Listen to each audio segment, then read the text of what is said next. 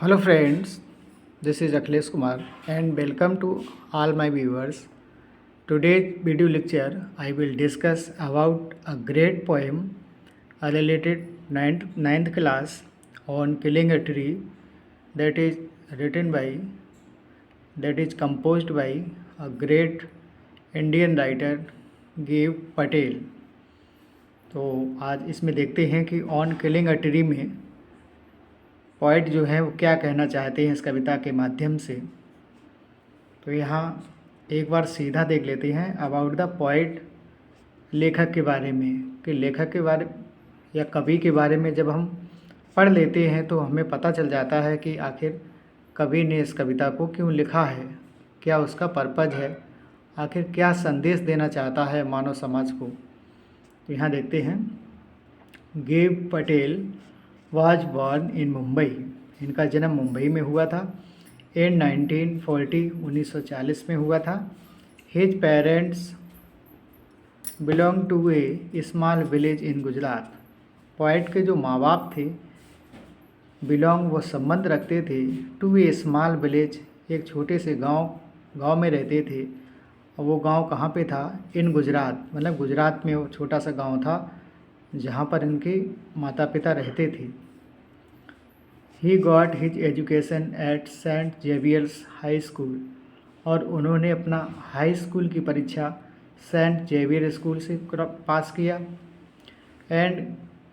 और इसके आगे की शिक्षा ग्रांट मेडिकल कॉलेज में प्राप्त की, मुंबई में प्राप्त की। ही लिव्स इन मुंबई, वो मुंबई में रहते हैं।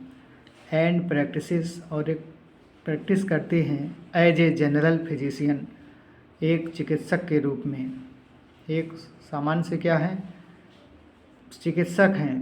Besides being a medical doctor, एक मेडिकल डॉक्टर होने के बावजूद भी ही इज पोइट, वो एक क्या है? कवि हैं। प्लेराइट, एक नाटककार हैं। एंड पेंटर, एक चित्रकार हैं। ही also works for the protection of environment, उनकी जो रचनाएं हैं वो पर्यावरण के प्रोटेक्शन पर भी बल देती हैं, सुरक्षा पर भी बल देती हैं। हिज पोएम्स, उनकी जो कविताएं हैं, speaks of deep concern for nature, उनकी जो कविताओं में क्या देखने को मिलता है, क्या बताती हैं कविताएं उनकी, क्या कहती हैं? ऑफ डीप कंसर्न, एक गहराई से चिंतन करती हैं। किसके लिए? फॉर नेचर, नेचर के लिए। एंड स्ट्रांगली, और बड़े प्रभावशाली ढंग से अपोजिस, उनका विरोध करती हैं। मैंसिज क्रूअल्टी टू इट, माने कि जो मनुष्य की निर्दयता है वृक्षों के प्रति, उस क्रूअल्टी के बारे में स्पष्ट बताती हैं, खोल कर के विरोध करती हैं। हिज वर्क्स, उनकी जो रचनाएं हैं, इंक्लूड, वो शामिल हैं। हाउ डू यू विदस्टैंड, ये इसमें शामिल है, कहने का मतलब है ये इनकी एक संकलन है। बॉडी या टाइटल, प्रिंसेस या सवासा, ETC, इन सभी संकलन में इनकी कविताओं को संग्रहित किया गया है। He has also worked for art, और उन्होंने कला के लिए भी अपना महत्वपूर्ण योगदान दिया है। इसके बाद देख लेते हैं अबाउट द पोएम, जो कविता है वो किसके बारे में है और क्या संदेश दे रही है। तो trees are for life line, जो वृक्ष होते हैं वो हमारी जीवन को सेव करते हैं, हमारे लाइफ लाइन हैं, हमारे जीवन रक्षक हैं। वी कैन नॉट एग्जिस्ट, हमारा कोई अस्तित्व नहीं हो सकता विदाउट ट्रीज, यदि वृक्ष नहीं होंगे तो हमारा भी कोई अस्तित्व नहीं हो सकता। दे आर लिविंग बीइंग्स, वृक्ष हैं वो निर्जीव नहीं हैं, वो भी एक सजीव प्राणी हैं। We should therefore not kill them, इसलिए हम सभी को वृक्षों को काटना नहीं चाहिए। Trees are not only holy, वृक्ष केवल पवित्र ही नहीं हैं, बट आल्सो वैल्यूएबल, बल्कि बहुत कीमती हैं। क्योंकि ये हमें ऑक्सीजन देते हैं, प्राणवायु देते हैं। इस वजह से वृक्ष जो हैं वो बहुत वैल्यूएबल हैं, बहुत होली हैं। वो हमें निर्मल, शुद्ध, पवित्र, शीतल ऑक्सीजन देते हैं और हमारे प्राणों की रक्षा करते हैं। इस वजह से हमें वृक्षों को नहीं काटना चाहिए। We should therefore make every effort to protect them. Narrator बता रहे हैं हमारे पॉइंट कि वी शुड हमें करना चाहिए, देयरफॉर इसलिए, make every effort to protect them कि मतलब हमें उनकी यथासंभव सुरक्षा करनी चाहिए, प्रभावशाली ढंग से हमें उनकी रक्षा करनी चाहिए। They have equal right to live as man. आगे पॉइंट बता रहे हैं कि उनको भी जीने का वैसे ही अधिकार है जिस प्रकार से मानव को इस धरती पर रहने का अधिकार है, उसी प्रकार से वृक्षों को भी अनावश्यक रूप से नहीं काटा जाना चाहिए। ये है कविता का मूल भाव। इसके बाद इसके मीनिंग और इसके स्टेंजा बेस्ड क्वेश्चन है वो देखेंगे और इसके बाद इसके एमसीक्यूज देखते हैं। यहाँ की जैब क्या है, तो ये पॉक है, एक आघात है। कंज्यूमिंग क्या है, तो गेटिंग फूड, एनर्जी, ईटीसी, उपभोग करते हुए। फीडिंग क्या है, टेकिंग फूड, भोजन ग्रहण करके या करते हुए। क्रस्ट क्या है, तो हार्ड लेयर है, ये भूपटल जिसको बोलते हैं। अब अब्सॉर्बिंग क्या है, ऑब्जॉर्बिंग क्या है, टैकिंग इन मतलब अवशोषित करते हुए। लीपरस क्या है, तो लीपरस यहाँ पे लाइके लीपर मतलब कुष्ठाग्रस्त, मतलब जो कुष्ठ रोग हो जाता है उसके जो चिन्ह होते हैं। हाइड क्या है, तो एनिमल स्किन या हेयर, बार्क, चमड़ी, यहाँ छाल से मतलब है। स्प्राउटिंग क्या है, प्रोड्यूसिंग माने अंकुरित होते हुए। हैक क्या है, कट विद हैवी ब्लोज, भारी आघात से काटना। चोप क्या है, cut repeatedly with an axe, कुल्हाड़ी से बारंबार आघात करना। हील क्या है, तो बिकम हेल्दी अगेन, तो मतलब घाव भरना। कर्लेट क्या है, तो ये कर्वेड हुए, मुड़ी हुई या लहेदार।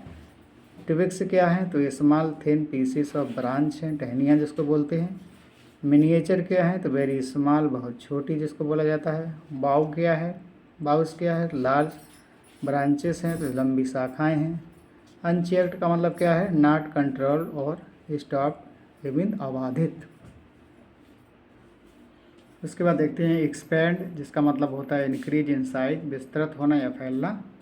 फॉर्मर क्या है, तो ये प्रीवियस या पहले का है। एंकरिंग अर्थ का मतलब क्या है, earth that holds the roots of tree, मतलब जकड़े रहने वाली भूमि या मिट्टी। स्नैप्ड आउट का मतलब क्या है, चॉप्ड आउट, झटके से काट कर बाहर निकाला। इंटायरली मीन्स कम्प्लीटली, पूरी तरह से। सोर्स क्या है, तो हेयर रूट्स, यहाँ जड़ें जिसका मतलब है। सेंसिटिव क्या है, तो डेलिकेट या संवेदनशील। स्कॉर्चिंग एंड चॉकिंग क्या है, तो the drawing up after being uprooted, माने उखाड़े जाने के बाद वृक्ष का सूखना, झुलसना व दम घुटना। वेदरिंग क्या है, तो ये ड्राइंग अप एंड ड्राइंग, सूखना व मर जाना या मुरझा जाना। तो यहाँ एग्जाम प्रैक्टिस देखते हैं। Read the stanza given below and answer the question that follow. Stanza first देखते हैं यहाँ पे। तो यहाँ देखते हैं, right the name of the poem and its writer. तो the poem is on killing a tree, written by गिब पटेल। सेकेंड क्वेश्चन क्या है, what is not easy to cut down a tree. तो एक पेड़ को काटना आसान क्यों नहीं है, तो it is not easy to cut down a tree because it has grown to its full size and simple jab of a knife is not enough to kill it. Question number third देखते हैं, how does a tree get its strength. एक पेड़ को अपनी शक्ति कैसे मिलती है, तो हो जाएगा a tree gets its strength from the earth which feeds and nourishes it। Question number 4 देखते हैं, what does a tree absorb from the earth. पेड़ धरती से क्या सोखता है, तो a tree absorbs sunlight, sunlight को सोखता है, एयर, एयर को, and water from the earth. Number 5 देखते हैं, how does a tree grow, एक पेड़ कैसे बढ़ता है।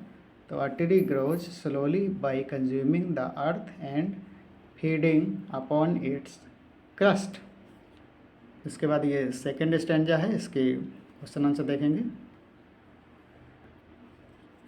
तो देखते हैं, what alone is not sufficient to kill a tree, पेड़ को काटने के लिए क्या पर्याप्त नहीं है। तो only hacking and chopping alone is not sufficient to kill a tree, है ना, काटना और छाटना ये विकल्प नहीं है। सेकंड क्वेश्चन देखते हैं, what start rising from close to the ground, ज़मीन के पास से क्या उगने लगता है। तो green twigs and small branches starts rising from close to the ground. तो ट्विस्ट मीन्स टहनियाँ, ब्रांच मीन्स शाखाएँ।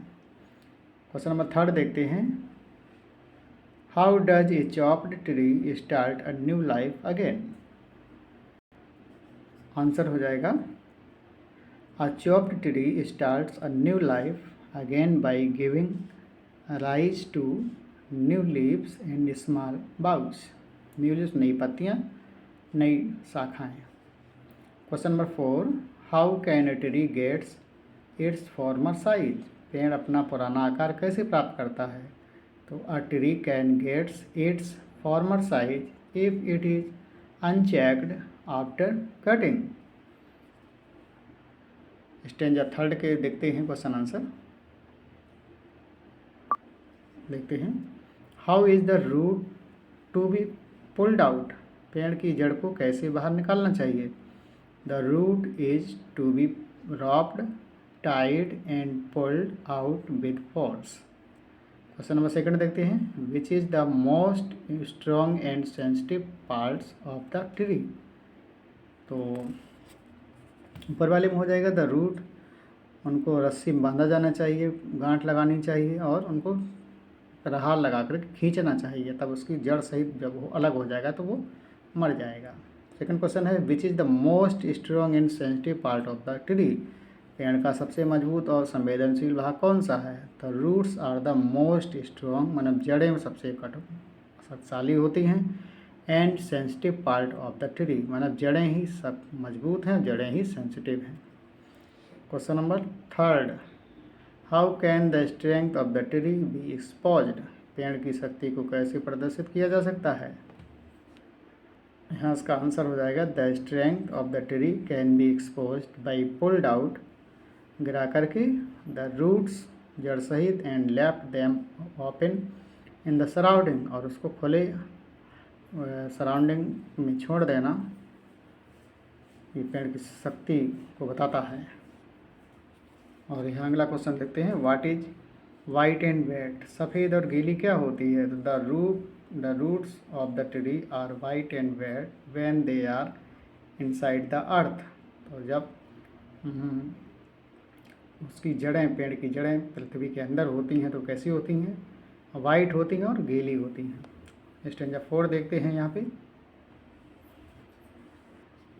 स्टेंजा 4 में देखते हैं, what does the sun do with the uprooted tree, सूर्य जड़ों से उखड़े हुए पेड़ के साथ क्या करता है। तो इसका आंसर हो जाएगा, the sun starts drying its up with the burning heat, सूर्य की तेज रोशनी से वो पत्तियां हैं वो ड्राई हो जाती हैं। Which things changes the colour of the roots, कौन सी चीज़ जड़ों का रंग बदल देती है। तो the heat of the sun, सूर्य की गर्मी चेंजेस बदल देती है the colour of the roots, जड़ों की रंग को। क्वेश्चन नंबर 3 देखते हैं, how does the sun make the roots hard and brown, तो सूर्य जड़ों को कठोर और भूरा कैसे बना देता है। तो the sun makes the roots hard and brown by soaking their moisture and drying them. तो ये किससे होता है, ये होता है सॉकिंग करने से। किसका so, the moisturizing and drying them, जो सूर होता है वो क्या करता है, उसकी किरण सॉकिंग करती हैं देयर मॉइस्चर को और उसको कलर देती हैं। Describe the condition of the roots when the tree died. जब पेड़ मर जाता है तो पेड़ की जड़ों की स्थिति का वर्णन कीजिए। When the tree died the roots became brown hard. कैसी हो जाती हैं, भूरी हो जाती हैं, हार्ड माने सख्त हो जाती हैं, ट्विस्टेड माने मुड़ जाती हैं, एंड गेट्स विदर्ड और मुरझा जाती हैं, फ्रॉम इट्स पार्ट्स अपने पार्ट से, अपने अंगों से। इसके बाद इसके मल्टीपल चॉइस क्वेश्चन देखते हैं। Choose the most suitable alternative to complete the following statement. Who wrote the poem on killing a tree, तो answer will be Gieve Patel. Second देखते हैं, in the poem what is not a simple job of a knife, तो हो जाएगा D हो जाएगा, B and C both are correct. Question number third देखते हैं, what does job of knife in the poem, answer will B edge of knife. Question number four देखते हैं, in the poem the process of killing a tree takes much longer time. Question number five देखते हैं, what has grown slowly consuming the earth in the poem, answer will be tree. Question number six देखते हैं, rising out of it feeding upon its crust absorbing years of sunlight air water, what do these line mean, तो इसका मतलब हो जाएगा trees grow under sunlight and air and water. Question number seven देखते हैं, what are the trees absorbing in the poem on killing a tree, answer will be all of above, तो air sunlight and water सब हो जाएगा। Upon its crust absorbing whose crust हो जाएगा, earth crust हो जाएगा यहाँ पे। क्वेश्चन नंबर नाइन देखते हैं, will do it it has grown, तो हो जाएगा both B and C. And last देखते हैं, what does leprous hide meaning in the poem, तो हो जाएगा डिसकलर्ड वार्क। तो आज की कविता यहीं समाप्त करते हैं। आशा करते हैं आपको पसंद आई होगी, और यदि आपको कोई प्रॉब्लम है तो आप कमेंट बॉक्स में पूछ सकते हैं। चैनल को ज़्यादा से ज़्यादा लाइक करें, शेयर करें, सब्सक्राइब करें, ज़्यादा से ज़्यादा लोगों तक पहुँचाएं। इन्हीं शुभकामनाओं के साथ आपका दिन मंगलमय हो। Thank you very much.